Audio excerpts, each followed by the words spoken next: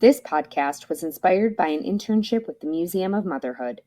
Please visit mommuseum.org for more information about the museum, to find out how you can get involved, and to help us strengthen our wonderful community of mothers. Again, that is mommuseum.org. Thanks for listening.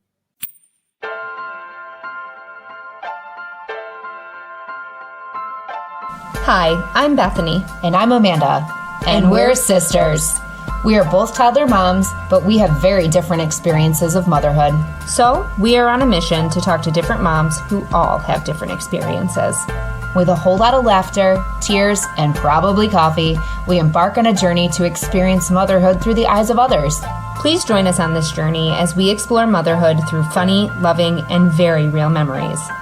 This is Mom Talks with My Sister.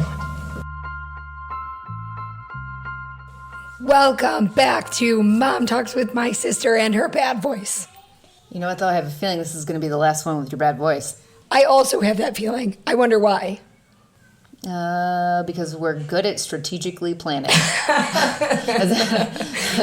that. Thank you. Yeah, works out.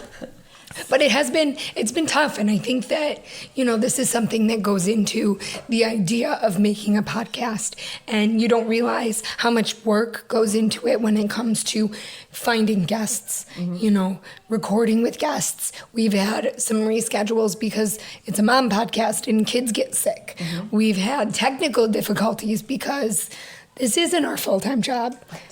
And then this just happens. Your voice packs up and leaves, says bye, see you never, and you just you're in the Army, you Charlie Mike, which means CM, Charlie Mike in the phonetic alphabet, continue mission. Oh, look at that. I'm going to do the rainbow, the more you know. There you go. Mm-hmm. So if I ever say to you, Amanda, Charlie Mike, you know what it means? No. I think I like that better than keep calm, carry on. Yeah, right. Just Charlie Mike. Just Charlie Mike, it's fine. Right? So the other thing that I think we need to address is the other elephant in the room. You will hear background noise in this episode. But you know what? It's like you said before, it's a mom podcast. So we do what we can. So we're gonna do our best. There might be some husbands. There might be some children. There might be a grandmother. You never know. You never know. You never know who could pop in. It's going to be a surprise. Maybe a dog. It might be a dog, too. There's too. One of those. So. All right. So that said, I started last time for a mom moment, so you start this time. Okay. So I have a mom moment, but really, it's an aunt moment. I'm so excited.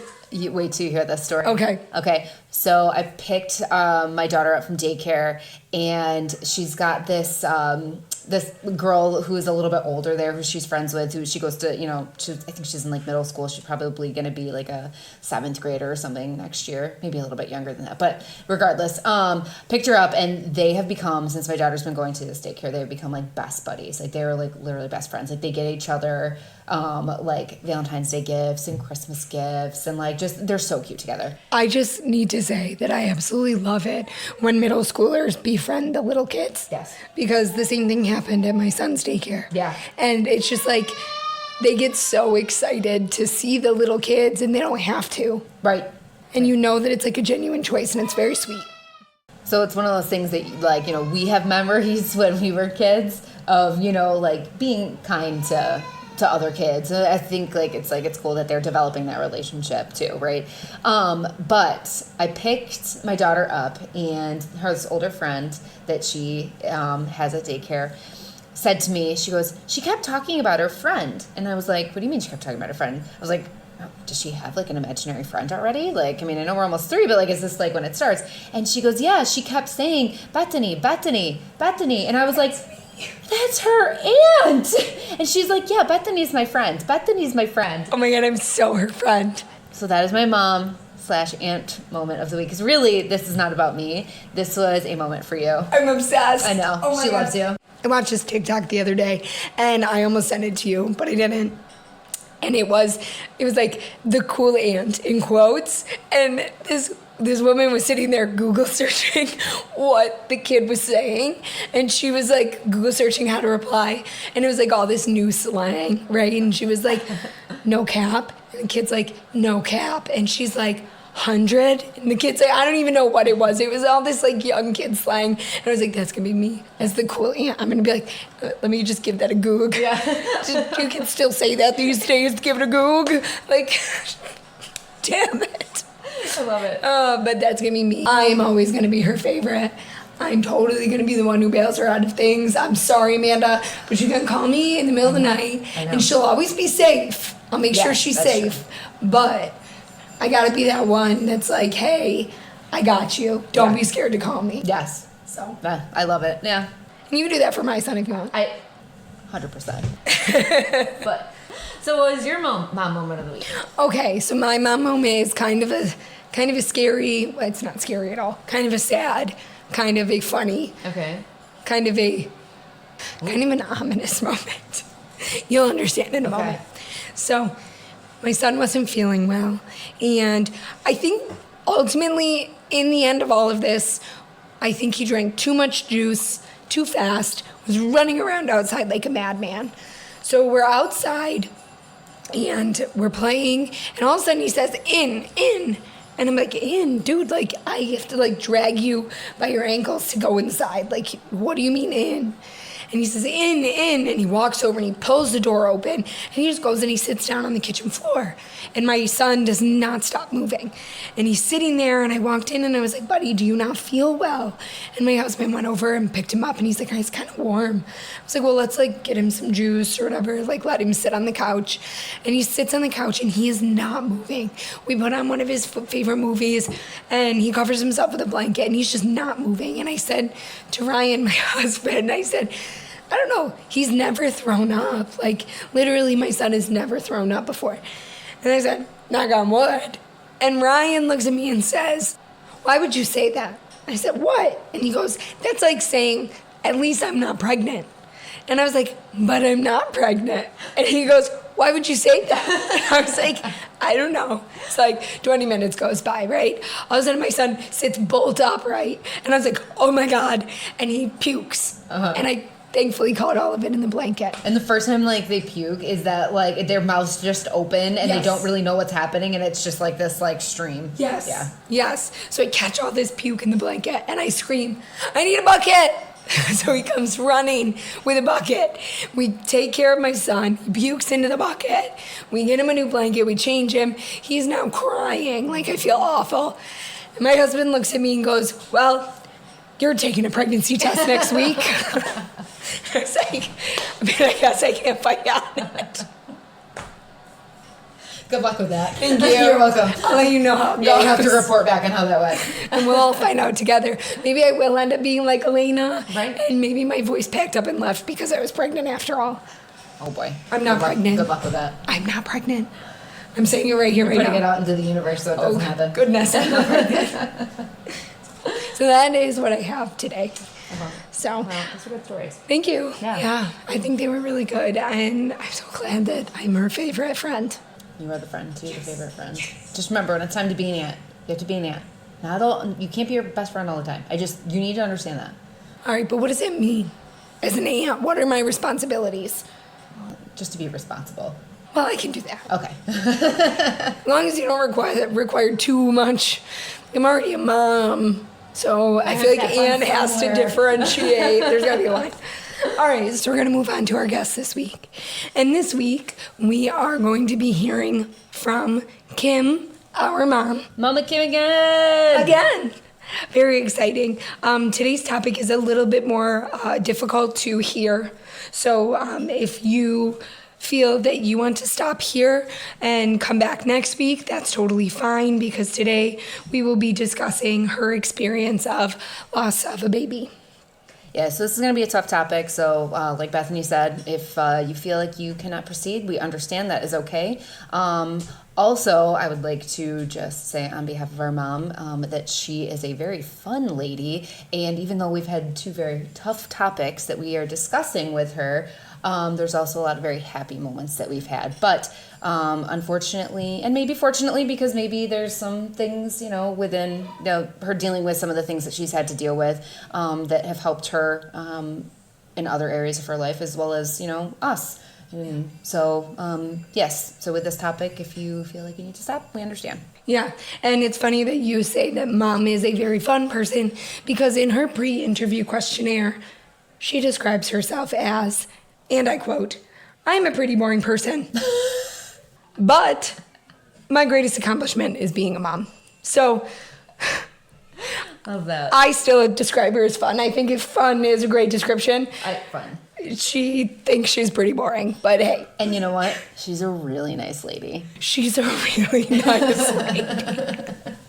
So, with that really nice lady, welcome back to the pod. Welcome back. Thanks for having me. Of course. Literally anytime.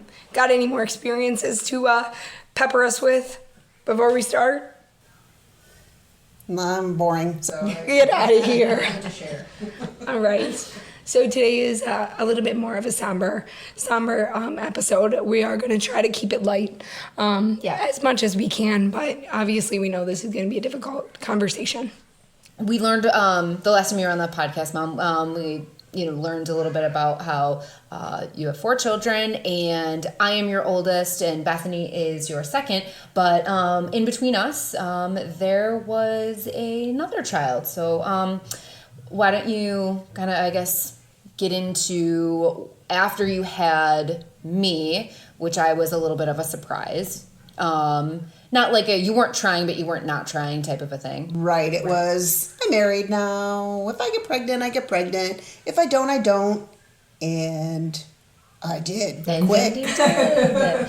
And so then after that, my understanding is that you were trying for another child. No. No. Okay, we'll take That's that out. me. That's you. I'll explain. Okay, here we go. So after you were born, Amanda, we were poor.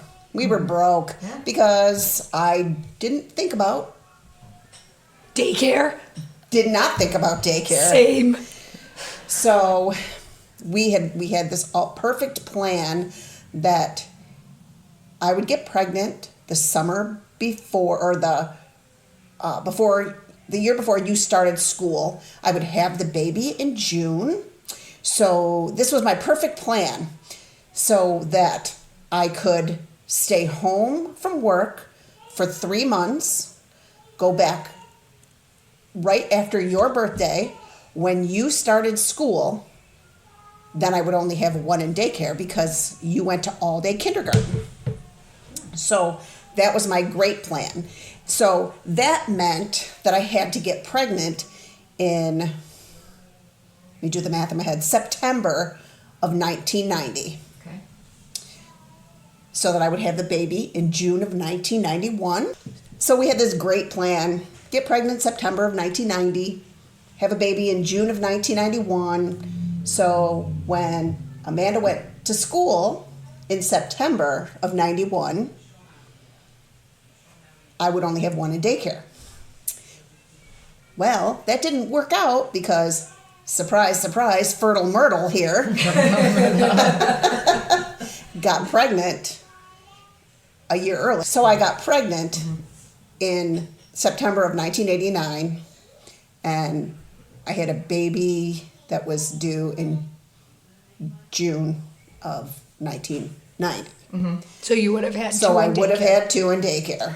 Fretted about that a little bit, but what was I supposed to do? I was, gonna have a baby. So I was excited. Everything was okay. I didn't, I was pregnant. I was more sick with morning sickness with you, Amanda, than I was with this baby, but I looked really pale all the time. Don't know why. I wasn't really gaining weight. Don't know why. But, I'd go to my visits and everything was good. And obviously too, I didn't mean to cut you off, Mom, but obviously too, not that it was that long ago, but it was long enough ago that there wasn't the same type of technology, or the same type of testing that you can get nowadays, right? Right. I would imagine. So I got to about 16 weeks, and I woke up and I was having some bleeding, and I didn't experience that with you at all, and I didn't expect to experience that. But with me not feeling well and all of that, I called the doctor, and they brought me in, and they said, well, it could just be, a late, implantation or a deeper implantation of the pregnancy than, we would usually see. But, just go home, stay off your feet a little bit, and, we'll do an ultrasound. Before we go too far into the pregnancy, Amanda at this time was 3. She was 3, going to be 4 in September. So did you tell her at this point that you were expecting another baby, or did she not know? We had talked about it, but I don't know if she really knew, didn't really My understand. only memory of this comes later. Okay. I just wondered for future when you did end up with the ending that it, how that impacted Amanda. So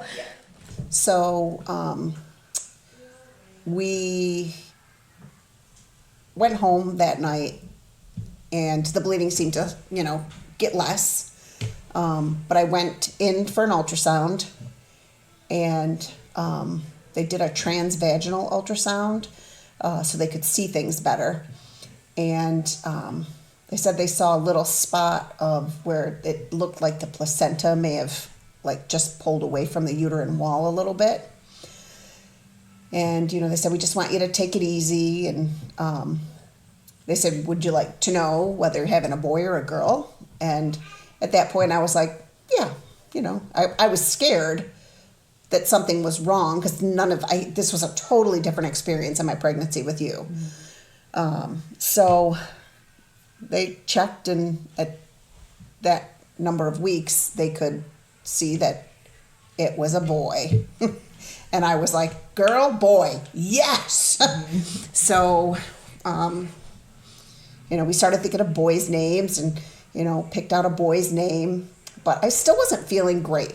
And a couple of weeks later, I was resting on the couch, and I felt like I just needed to put my feet up.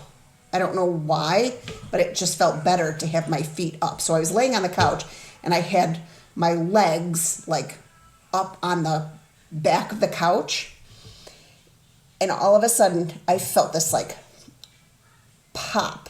It was the strangest feeling. I was like, what the heck was that? I got up, went to the bathroom, and I was gushing blood. So can I ask you, just out of my personal experience, because that's how I explain my water breaking, is that kind of pop. Yep. Would you say it was similar to that or nothing like that? My water, with any of you, my water never broke. Okay. They always had to break my water. But as soon as they broke my water, it was, my pregnancies were, total labor for you was 6 hours. Total labor for you was 3 hours.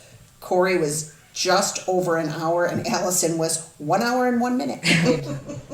But I think, because when we described it before, I described it like the snap of your nail. I don't have nails right now, but you do. I guess it kind of felt like that when since you guys didn't have to have your water broken. You did. I did. It was like a crochet hook looking kind of a thing that they just... She didn't see it. I didn't see it. She didn't tell me. Oh, I gotta look at that stuff. Well, she just did it without telling She just did it without, she didn't tell me. Yeah, But I she guess it was still kind of like experienced that. that same. Yeah, I Yeah, it felt was like it. a I heard snapping. it. Yeah. Okay. Yeah. So I was like, what the heck was that? But I didn't have I thought at first, I was like, am I gonna have did my water just break or whatever? When I heard it, I was like, it was just strange. And I'm sorry, how many weeks were you at this point? 21. Yeah. Almost 21. Okay. So I literally went into the bathroom, and I just remember saying to your father, we have to go to the hospital. He's like, oh, what? So we had to call my mom to come watch you, and we got into the hospital, and they did an ultrasound, and they said we'll try to stop this. And I forget the name of the drug that they gave me. I can't remember. They gave me a drug to try and stop contractions. But after they did the ultrasound, they said, we're not going to be able to stop this. You're going to go into labor, and there's really nothing that we can do. Because they said if you had been 3 weeks more, we would have tried to do heroic efforts. But they said at this point, I was just under 21 weeks. They said that the baby would probably have severe lung problems because her lungs weren't mature enough. And I begged them to try to do something. And they just said there was nothing that they could do. And I said, so now what? And they said, you're going to go into labor and you're going to have the baby. I said, I have to wait and deliver a baby that you're telling me will,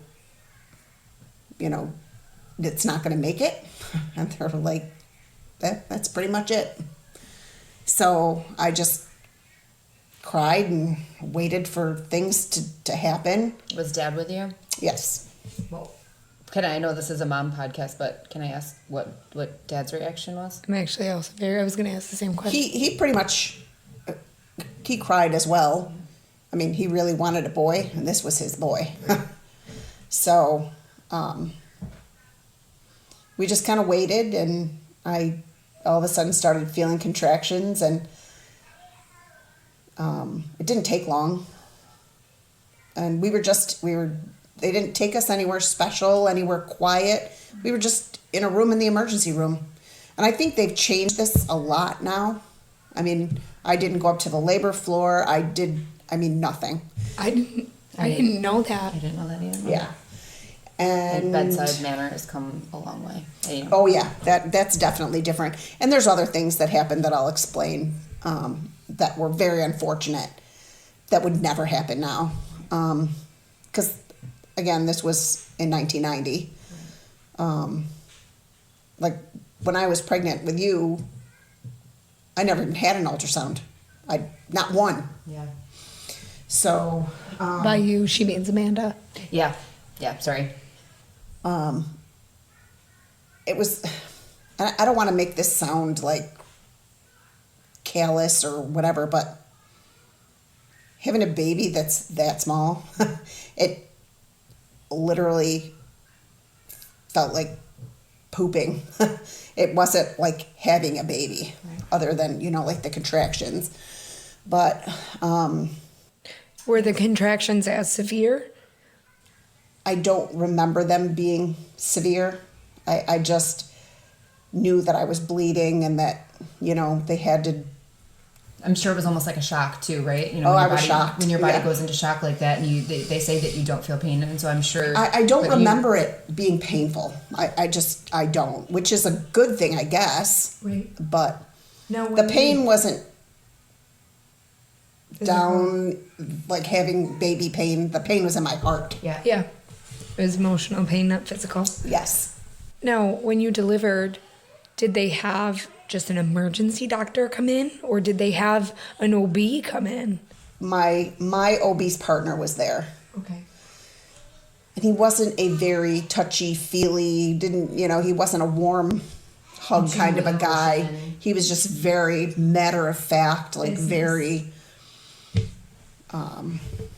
just this is what happens and here you go. And so he was born, and he weighed 12 ounces.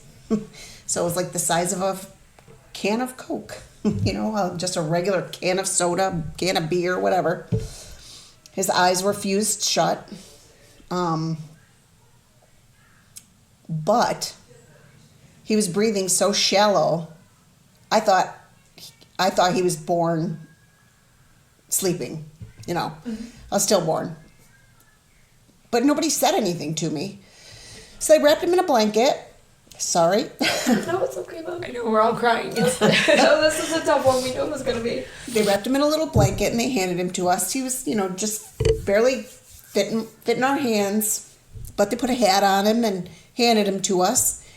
And it seemed like we were holding him for quite a while, and then all of a sudden he just took this gasping breath, and it scared the hell out of me because I did not know that. I thought he was dead. And I called the nurse and I was like, he's breathing. And she said, yeah, he's, he'll go on his own, but, he's not going to make it. So we just held him, and he lived for about 5 hours. I didn't even know. Sorry, I didn't know it was that long. Yeah. And, we just held him until, they said, I don't even remember them coming in and saying it was time, or if we just said, we said our goodbyes, whatever. And we didn't have cell phones then, so there was, there was no way for us to take pictures. And we didn't even think about, bringing a camera or a video camera or anything like that for this situation, I thought maybe I'd go in and they'd say, oh yeah, it's just more of what happened before, and, we'll get the bleeding stopped and you'll be fine. So they came in and they took like Polaroid pictures, and they asked us if we wanted them. And I said to myself then, no, I don't want them. And I kick myself now for that, but I didn't want to remember him like that. Right. So they said, well, if you change your mind, we keep, we'll take his blanket and we'll take everything and we'll put it in a box and you can call and get it. So I just remember they just sent us home that night. They said, now, do you want to have a funeral, or, what do you want to do? I had no idea. And I just said, because they had something that they called ultimate disposal, which I didn't know then what I know now about that. And I found out later when it was too late. And I wasn't trying to be cold. I was just in shock. I didn't even know how to react to any of this. And I said, no, you can do ultimate disposal, which means he's cremated. But I didn't get any ashes. I didn't get anything, because when they do something called ultimate disposal, anybody that they get goes into a collective, and they're cremated together. So when I was not completely over the shock of it all, but they let us go home that night, and then of course you got to tell everybody, which that sucked. Just you got to call everybody and say, we're good, but this is what happened. And then when I got over the shock of it, I was like, what? I want that stuff. I want his blanket. And actually, they let us take the blanket home that night. They gave us a box. So I had his blanket and I had a little hat that he was in. But as far as the pictures, I wanted to get them. But they said that they had gotten rid of them. They said they should have kept them, and they did not. So I never got them. But it doesn't bring him back. So and like I said, I probably would never look at them again, because it was just, it's just it's shocking how fragile but how much they look like a baby. I mean, they're a baby. Had all 10 fingers. He had all 10 fingers. He had all 10 toes. His skin was very transparent, but that was my baby. So we decided, we named him Eric Jonathan, because your dad wanted to call him EJ. So we got a birth certificate and a death certificate that were both dated the same day. But we went home, and it almost, the hardest part for me after that was I breastfed all of you guys. Well, my milk came in, and it was so painful. I mean, I had like rocks for boobs, and it was so, and then it just brought back all the, this wouldn't be happening if I had a baby that could, take care of this for me. So, and my brother had just had a baby a month before that. So that was hard. I was happy for them, but it was a little hard to see her just because, you thought you were going to have cousins growing up together. But yeah, that's how that piece of it went.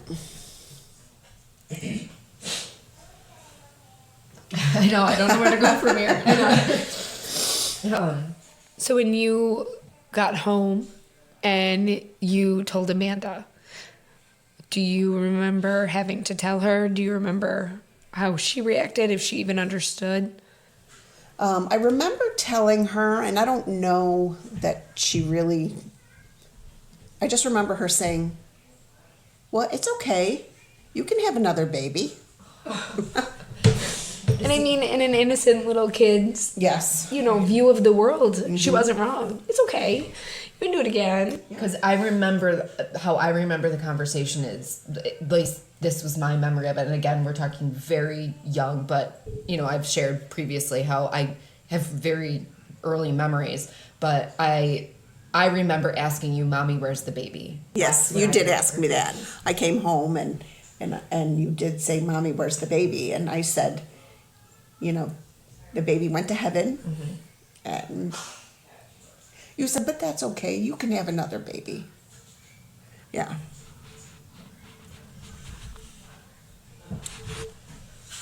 Sorry, Mom. When was the last time we all sat together and sobbed? I know. Therapy. This is our therapy. And it's something growing up. Again, it's something growing up that we've known was part of our life. This is not something that we talk about. And I think for a lot of women who experience this is not something that they talk about. And it's okay, because who wants to, relive this trauma? This is heartbreaking. I can't imagine sitting in your shoes telling your story this way so openly and vulnerably. And, we're crying, and I wasn't even born yet. But I think that it's so good to have women like you that are willing to open up about their experience and say it's okay to talk about. Moreover, it's important to talk about. Right. A very good friend of mine recently dealt with a different but similar situation. And her big thing, too, is that she wants to talk about it because she doesn't want people to feel alienated. And she may or may not do the podcast one day. I don't know.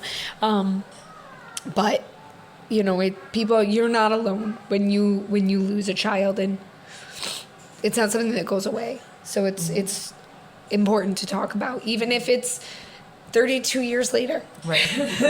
No, and I think too, though, that it's sitting here talking about it, like you said, it's something that we've known, for us as siblings, we knew about it our whole lives, and we've shared stories, or you've kind of told us little things here and there, but to sit down and have an in-depth conversation like this, but it's never anything that we've shied away from, right? Right. I mean, it's not anything that, I'm not one of those people that someone asks me how many children I have, I say 4. I don't say 5 and 1 died. I'm just, that's not.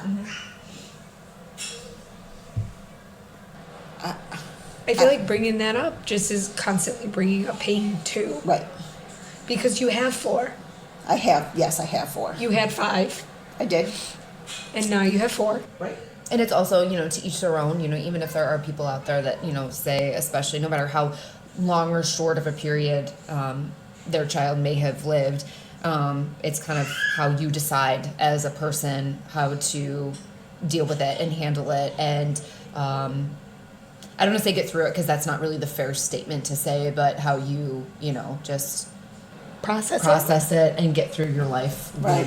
The one thing that I will say about it is that it's something that I would never wish on my worst enemy, because you deal with things like that because you have to, and you try not to dwell on it, but the very act of it and the shock of it and all of that is very tough, and it's something that you really, really don't want anyone else to experience. Yeah. No, I think that that's a very, I don't know, it's weird saying this to my mom, but I think it's a very, mature stance on it. Not feeling like, I don't know. So obviously today things are a little bit different. You didn't post up on social media that you were expecting, so you had a smaller community of people to inform about the loss. But what was that like for you when people asked you, what happened to the baby, or weren't you expecting, or? I never shied away from telling someone if they asked me. I didn't go out and share the information with, say there was someone that I hadn't told. I didn't say, oh, you know what, I was pregnant and I lost the baby, so it was nothing like that. But if somebody asked me, I was honest, and I'd explain to them, and that I had a placental abruption, which is where the placenta pulls away from the uterine wall, and then the baby can't get the oxygen and the nutrition that they need, and when that happens, it causes bleeding, and that's how I knew I was in trouble. And when I got there, they said there was nothing they could do to stop it, and it would just get worse, and that I was going to lose the baby. So I would just explain, but I didn't openly share with just everybody. Basically it was family and people I worked with, and because I didn't like you said, there was no Facebook, so there wasn't people I went to high school with that I, knew I was pregnant and would follow up, which, was a good thing. So basically it was just family and close friends. Yeah. And then afterwards, I didn't, like I said, I didn't go around and tell people, oh, I have five children, but one died. If someone asked me, now, I remember.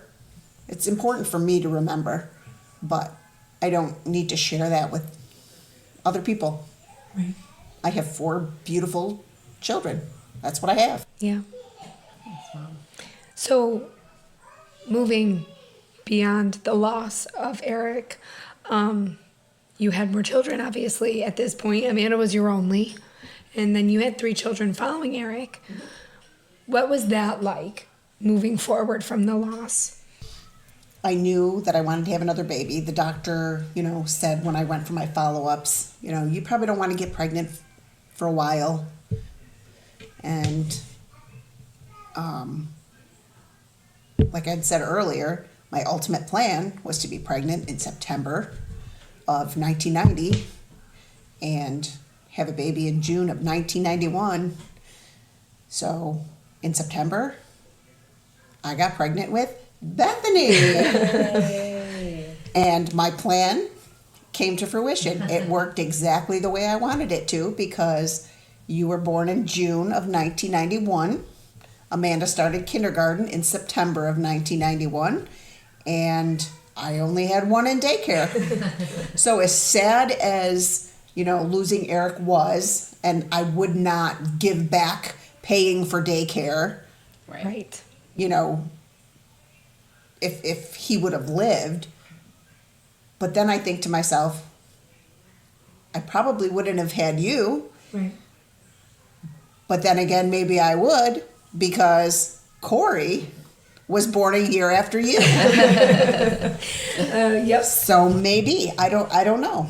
Yeah. But we just moved forward. And the scariest thing was when I was 12 weeks pregnant with you, I had bleeding.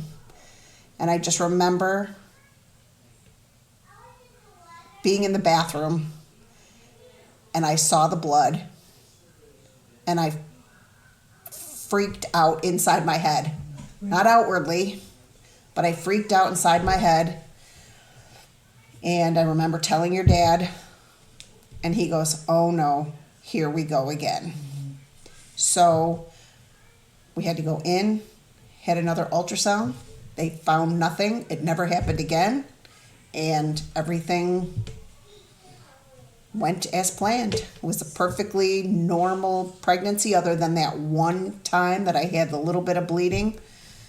And did they ever give you a reason for that? Was that just deeper implantation bleeding like they suspected? That's what they said. It was probably just that. I mean, they were a little worried at first when I told them what happened before, but they didn't see any signs of that.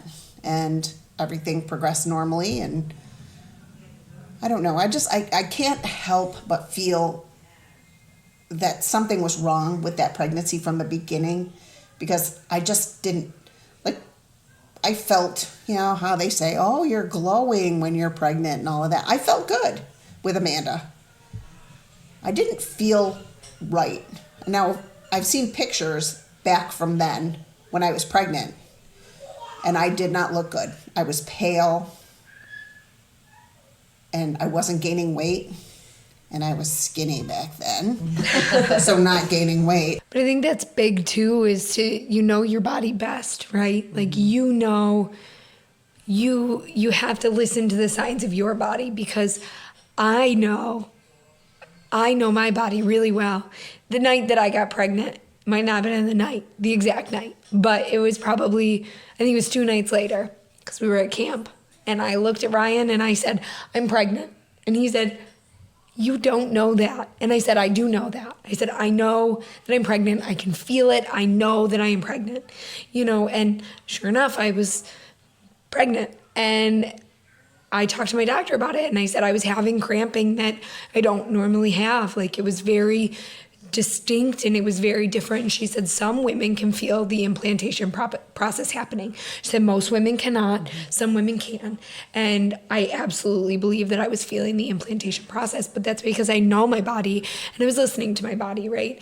And I think in this instance with you, the same thing goes with red flags, not just with getting pregnant. It's the red flags of, hey, something's not right. And making sure that you listen to those red flags that your body is giving you and following up with them. Because you know what? Who cares if the doctor thinks you're overreacting? Exactly. You go in and you speak up for yourself and you say, no, there's something wrong. So I ended up having preterm labor, and I kept telling my doctor, there's something not right. There's something not right. I'm having these horrible pains. I don't know what they are. And I pushed and I pushed and I pushed, and she finally said, okay, go on into the ER. And I went and I was having preterm labor contractions. And it was in March. I will never forget this date. It was March 5th. And I was in the hospital and I was terrified. Again, like we discussed with your daughter having the rapid spike in temperature and being scared of a seizure because of our life experiences. When I went into preterm labor contractions, I was terrified because of our life experiences with what you went through with Eric. So listen to your bodies, listen to yourselves. You know yourself best. So. Yeah. Oof. Do you have anything else you want to share regarding your experience or anything for other moms that may be dealing with this? You just got to take it one day at a time afterwards, and no one can tell you what's normal to feel and what's not normal to feel. And the whole, it's hard for people to know what to say to you too, and I understand that, because you get a lot of, oh, I can't imagine, and inside you're going, no, you're right, you can't. Right. Or you get, oh, I know how you feel, and that's one thing you don't want to hear, but they don't know what to say. What do you say to someone? And I just kind of took what they said with a grain of salt, because I know that no one was happy that it happened, and no one, meant to say anything wrong.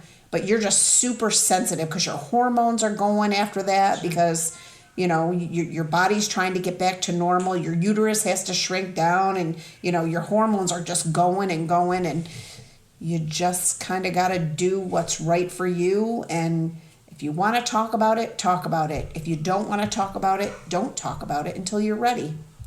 You just got to do what feels right to you. I think that's good advice, Mom. Yeah, I absolutely agree. So, and the only other thing I'm going to say is that you try to put it out of your head. But for me, I don't outwardly think about it, but it's there, and it was a life that you created that I want to say in the grand scheme of my life, it probably made a difference, because if that hadn't happened, the rest of my life would have been different. Yeah. Because I may not have, had Bethany. I may not have had Corey. Probably would not have had Allison. So I'm a firm believer in things happen for a reason, whether they're good things or bad things. And, the bad things suck. But you deal with them the best that you can, and you move on, and you have memories. They're not always things you want to remember, but it's part of your life. So you turn that page and you just keep reading and keep going. Next chapter. That's beautiful, Mom. that's beautiful. Do you want to ask a mom this week? Let's ask a mom. All right, let's ask a mom. All right. Mom, would you be so kind as to spin this wonderful wheel that is in front of you? We are going to ask you another question from friends, acquaintances, buddies of buddies of ours that do not yet have children of their own, that would like a specific question answered by women that do. Let us know what you got. Here we go. That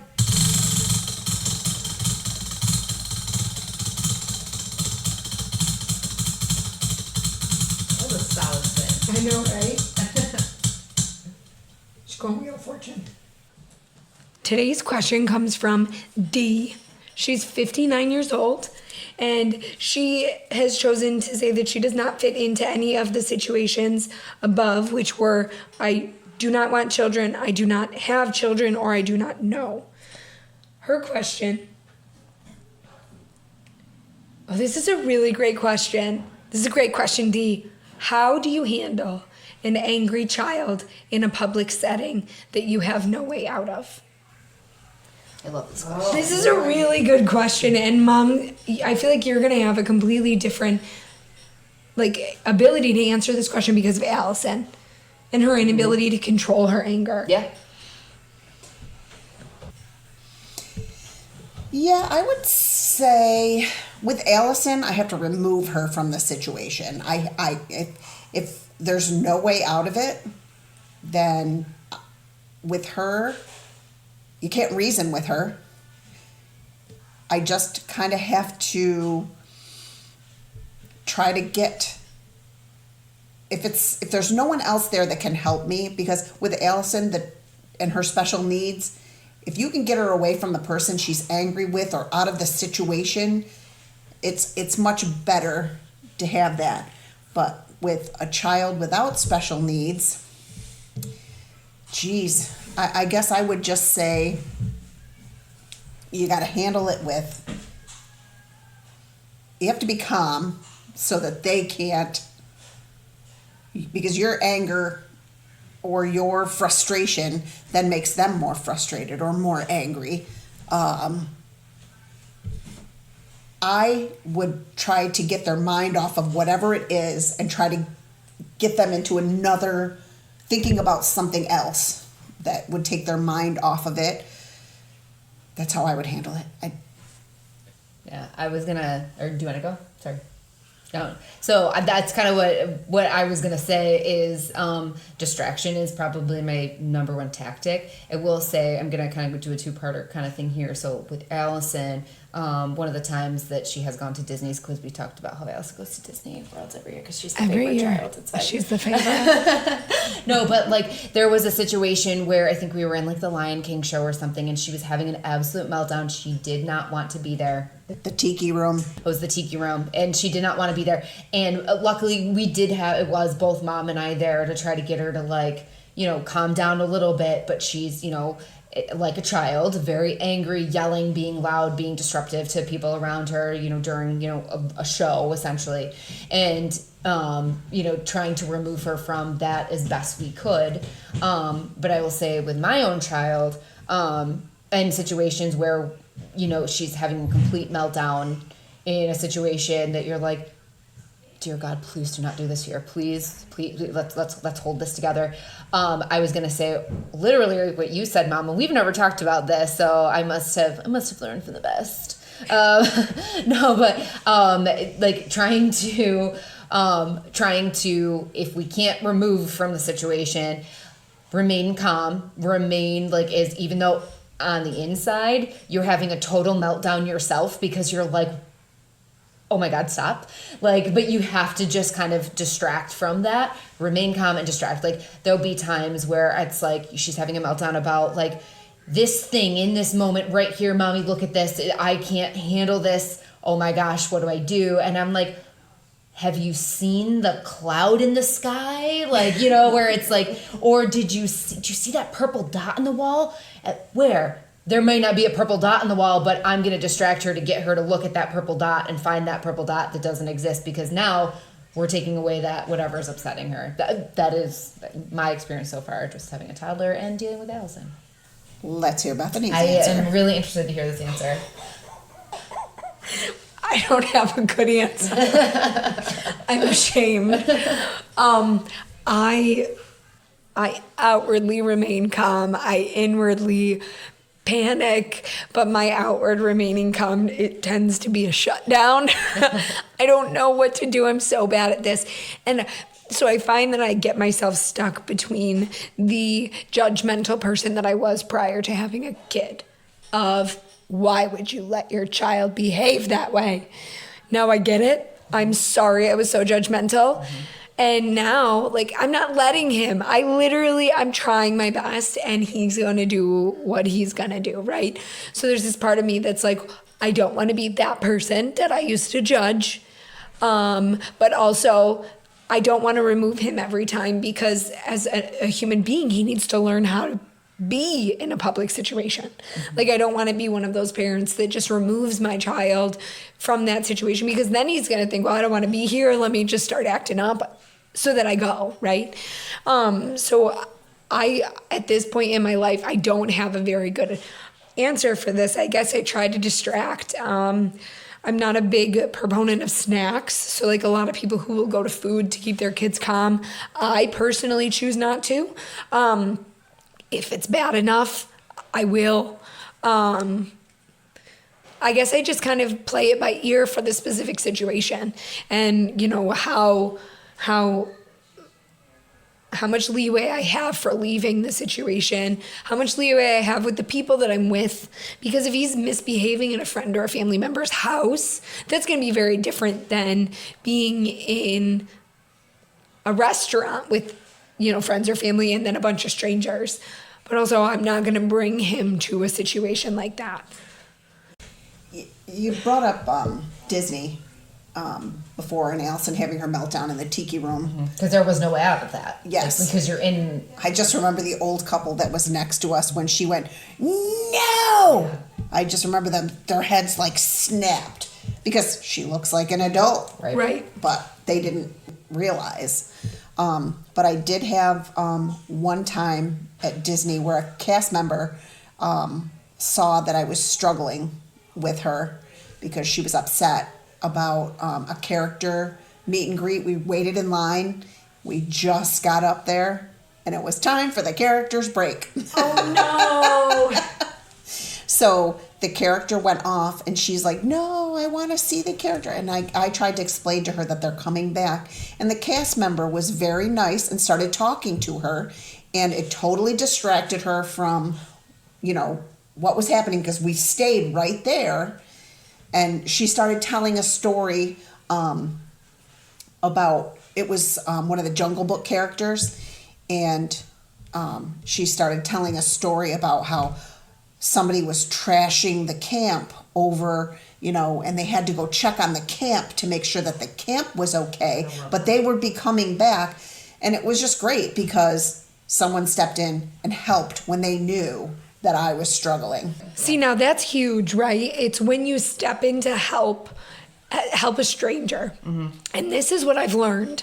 This is one of the biggest things, and I don't remember if we've already talked about this, so I don't want to harp on it. Stop me if we've already covered this. But I have learned so much, my husband and myself, we talk about this all the time. When we're in a store and it's always the elderly couples and our son is screaming and we're just like, buddy, we gotta finish grocery shopping. And they're like, you're doing great. Like, we have all been there. Don't you worry. He's not bothering a soul. Like, you guys are doing great. That goes so far. And like I said, I was such a judgmental, excuse my French, bitch before I was a parent. I was. And I'll be the first one to say that about myself. Like, I looked at other parents and I was like, my child, if I ever have children, which at that point I didn't want children, but I would never let my child act like that. Nope, I would remove him from the situation. And now as a parent, like, I'm cognizant of how just ignorant I was to the situation, because so many parents struggle and they don't want to disrupt the public. I don't want to disrupt the public, but it's like when a stranger steps in and even just offers you those words of, you're doing awesome, or offers to distract your kid for you. Like, that goes so far. Yeah. And I, for one, like, I am finding myself being that parent for other people.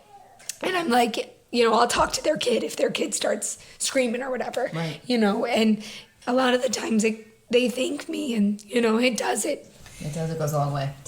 When you were little, Amanda, I don't know why, you had a daycare that you absolutely loved, Teddy Bear Daycare. And there was one day that you were just giving me such a hassle about, you kept running off and you didn't want to put your coat on. It was winter. You did not want to put your coat on. You wanted to stay with Doreen. You didn't want to leave. And I just was talking to her and I said, okay, it's time to go. If you don't want to put your coat on, you don't have to put your coat on. If you don't want to put your boots on, you don't have to put your boots on, but we're leaving. And I literally picked you up and I put you on my shoulder and walked you out the door. And the next day, the daycare director said, she said, can I talk to you for a minute? And I was like, uh-oh. Like, am I in trouble for what I do? Are you going to she didn't have a coat on. Say I abused my child or something? And she goes, I just want to let you know that yesterday what happened. And I'm like, oh, here it comes. Because I was 22 years old. No, I was probably 24 because you were about 2 years old. Okay. And, so fairly new parent. And she says, I just want to let you know that yesterday, that whole situation with Amanda not wanting to leave, you handled that perfectly. You did not let her take charge. You took charge. You let her know.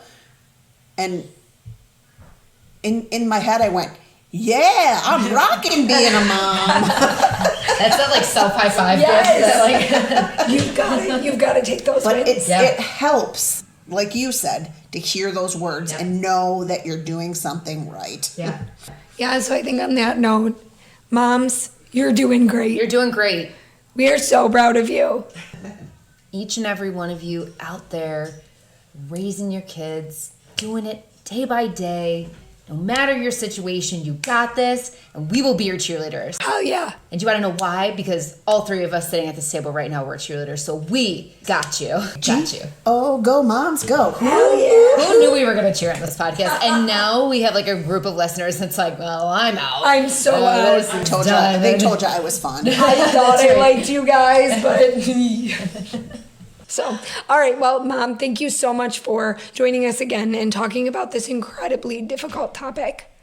You're welcome. Yeah, as tough as it started, and we tried to keep it as light as possible. We understand that there was a lot of tears flowing. I'm sure not just by us sitting here right now, but people listening. But to come back and kind of end it on a better note. But there are now, the good thing I think is that there are resources out there for people.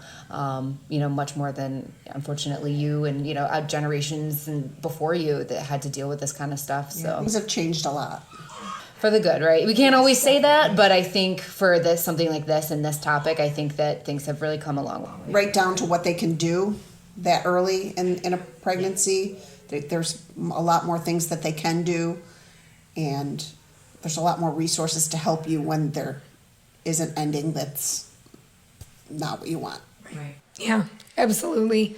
And don't forget to listen to your own body. Listen to yourself. You know you best. So, all right, until next time, hopefully my voice will be back. Hopefully her vacation will have been, just short. She doesn't need a vacation from her vacation. Vacation from her vacation.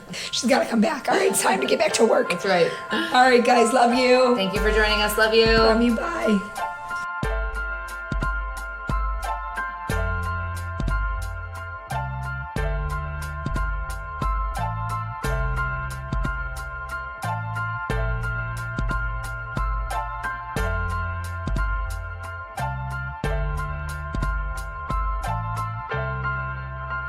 So you're saying she's lying? I'm just saying she's a really nice lady. She's a really nice lady. So, with that really nice lady, welcome back to the pod. Welcome back.